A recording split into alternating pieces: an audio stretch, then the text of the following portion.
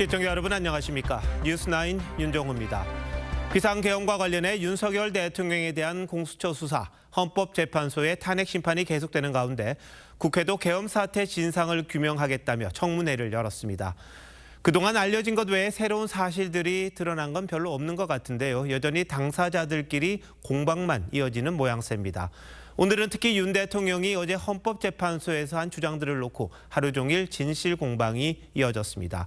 핵심 쟁점은 윤 대통령이 계엄 관련 조치를 국무위원에게 전달을 했는지, 정치인 체포를 지시했는지 등이었습니다. 당시 어떤 일이 있었는지 진실을 찾아가는 걸로 뉴스9 문을 열겠습니다. 먼저 이태희 기자가 보도합니다.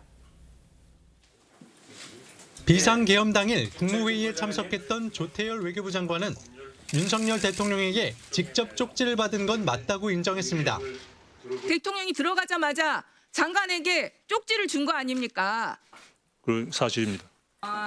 쪽지엔 계엄 이후 장관이 취해야 할 조치가 적혀 있었다고 했습니다. 다만 함께 자리에 있던 한덕수 총리는 쪽지 전달 과정을 보진 못했다고 했습니다. 굉장히 충격적인 상황이어서 전체적인 것들이 기억을 하기가 굉장히 어렵습니다. 계엄 관련 쪽지는 당시 경제부총리였던 최상목 권한대행도 받은 적이 있다고 했습니다. 접혀진 쪽지를 받았다고 제가 말씀을 드렸고요.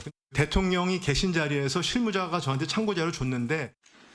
하지만 윤 대통령은 어제 최 대행에게 쪽지를 준 적이 있느냐는 질문에 사실이 아니라고 했습니다.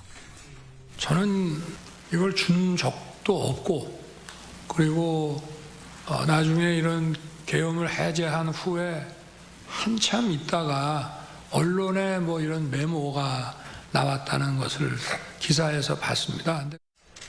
윤 대통령은 그러면서 김용현 전 장관이 쪽지를 작성했을 수 있다고 했지만 김 전 장관은 당시 합참에 있었던 주장도 나왔습니다.